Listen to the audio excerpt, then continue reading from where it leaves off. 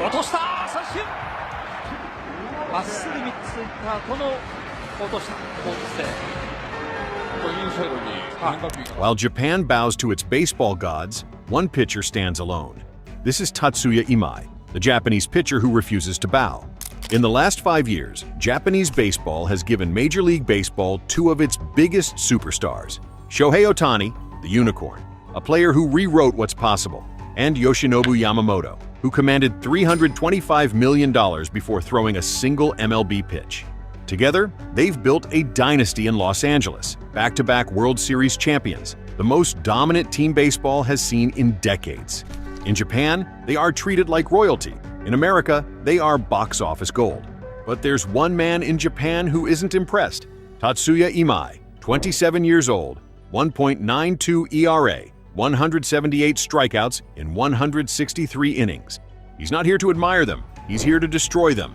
In a baseball culture built on hierarchy, respect, and tradition, Tatsuya Imai is breaking every single rule. This is his story. Tatsuya Imai wasn't supposed to be here. Born May 9, 1998, in Kanuma, Tochigi Prefecture. Not Tokyo, not Osaka, not a baseball hotbed, just Tochigi. He wasn't a prodigy. He wasn't the Kid Scouts circled on their draft boards at age 12. He was just a kid with a fastball and a chip on his shoulder. At Sakushin Gakuin High School, everything changed. His final year, he carried his team to the Summer Koshien Championship. 5 games, 41 innings, 44 strikeouts, 5 runs allowed, total. But here's what made it legendary. Months before the tournament, his grandfather passed away. Imai took the mound wearing a pendant containing his grandfather's ashes. Every pitch, every inning, every strikeout. They won it all, 7-1 over Hakai High School. But even in victory, something was different about Imai. He didn't celebrate like the others. He just stared ahead. The Seibu Lions selected him first round in the 2016 NPB draft. He was 18 years old. Almost immediately, scouts and coaches labeled him stubborn, uncoachable, too intense, too competitive. They saw it as a problem. Imai saw it as his greatest weapon. But before we get into how he became one of Japan's most dominant pitchers, make sure you're subscribed. We're breaking down the players and stories that don't get enough attention. Hit that like button if you're already hooked. But the road to dominance? It was brutal. 2017, his rookie season. He never made it to the majors. Right shoulder inflammation kept him in the minor leagues all year. 2018, he finally debuted, but struggled. 4.81 ERA. 2019, 4.32 ERA. 2020, 6.13 ERA. Critics said he'd never figure it out, that his fastball wasn't enough, that his control was too wild, that he was just another flameout. And then, something clicked. 2021, 3.30 ERA. The walk rate improved, the strikeouts increased. He made his first All-Star team. He wasn't just good, he was becoming elite. Early 2022, he sprained his left ankle. Most pitchers would have eased back. Imai came back 5 pounds heavier, pure muscle, and he came back angry. He changed his number to 48 to honor retiring veteran Shota Takakuma, and he grew out his hair. The new look wasn't just cosmetic, it was a declaration. The old Imai was gone. 2023, 2.30 ERA, 130 strikeouts. All-Star again, 2024, 2.34 ERA, 187 strikeouts. Led all of NPB in strikeouts, most strikeouts award. All-Star for the 3rd time. 2025, 1.92 ERA, 178 strikeouts, 0.89 WHIP. He led NPB in FIP. He led NPB in strikeout minus walk rate. He was second in overall strikeouts. He threw a combined no-hitter. He had a historic 17 strikeout shutout, 3 complete game shutouts. He broke Daisuke Matsuzaka's franchise strikeout record, the same Daisuke Matsuzaka who won a World Series with the Red Sox. Over the last 3 years, he has the 2nd lowest ERA in all of Nippon professional baseball, 2.18. Tatsuya Imai wasn't just one of Japan's best pitchers. He was becoming unstoppable. And then came the quote. November 25, 2025, Japanese news program, Hodo Station. The reporter asks about the Dodgers, about joining Ohtani, about playing with Yamamoto, about being part of the dynasty. Of course, I'd enjoy playing alongside Ohtani, Yamamoto, and Sasaki, but winning against a team like that and becoming a world champion would be the most valuable thing in my life. I'd rather take them down than join them. The media went nuclear. Japan was split. Half the country called him arrogant, disrespectful, un-Japanese. The other half, they loved it. Finally, a Japanese player who didn't bow, who didn't worship, who believed he was just as good. In America, the reaction was different. They called him confident, fierce, a competitor. And suddenly, every team that wanted to beat the Dodgers wanted Tatsuya Imai. Japan expected him to bow. Instead, he doubled down. So what makes Imai so dangerous?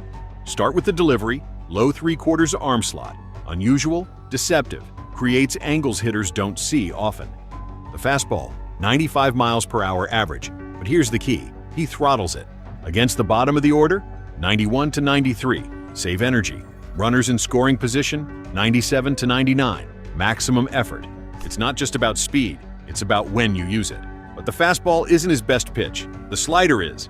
Elite 45.7% whiff rate. Against righties, 53.2%. That's absurd. 1 out of every 2 swings. Misses completely. His arsenal, 4-seam fastball, devastating slider, changeup, splitter, sinker, added late 2025. Against righties, it's simple. 92% fastballs and sliders. He attacks. He challenges. He dares you to hit him. Against lefties, he mixes more. Changeups, splitters, the new sinker. In 2025, he held lefties to a .505 OPS. Here's the scary part. Over the last 2 seasons, he has more strikeouts than any pitcher in NPB. 365 total. His strikeout rate? Better than Framber Valdez. Better than Zach Gallen. Better than Ranger Suarez. But stats don't tell the whole story. It's the mentality. He pitches angry. He pitches fearless. Every at-bat feels personal. Other Japanese pitchers are calm, controlled, respectful. Imai? He attacks. He challenges hitters the way Ohtani and Yamamoto rarely get challenged in NPB. That's what makes him different. That's what makes him dangerous. So why doesn't Imai bow? Why the defiance? Why refuse to join the dynasty? The answer is deeper than ego. Imai doesn't care about being liked. He cares about being the best. In his mind, joining the Dodgers would be the easy path, the safe path. If there were another Japanese player on the same team, I could just ask them about anything, right? But that's actually not what I'm looking for. He wants the hard road, because that's where greatness lives. Japanese baseball culture is built on hierarchy. Respect your elders. Follow the system. Don't stand out. Imai rejects it. He thinks Japan has too many followers, not enough killers. In one interview, he said Japanese baseball was no longer competitive or fun, that he needed to be challenged. That's not disrespect. That's a competitor demanding more from himself and his country. Ohtani has fans.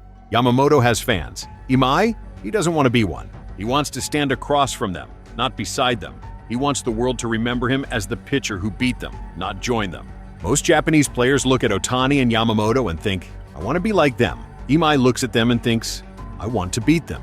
He's not starstruck. He's motivated. This is bigger than baseball. Imai is challenging an entire culture.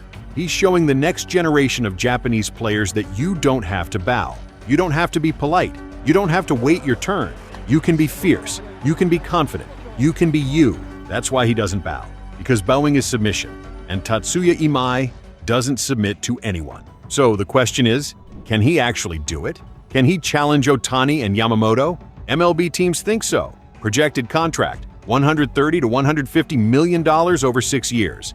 The Yankees want him.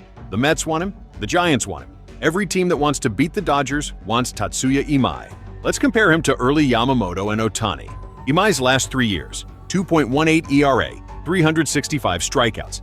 Yamamoto pre-MLB, 1.82 ERA, similar strikeout rate. Senga pre-MLB, comparable metrics, but older. Scout reports say his ceiling is a number 2 starter, a Kodai Senga type, maybe better. And unlike Senga, Imai has a clean health record. No major injuries. He's 27 years old. He has years ahead of him. But here's what has baseball terrified. The 2026 World Baseball Classic. If Imai joins Team Japan alongside Ohtani and Yamamoto, that rotation becomes unstoppable. 3 of the most dominant Japanese pitchers on one team. But the real storyline? When Team Japan faces the United States. When Imai has to prove he belongs on the same mound as the legends.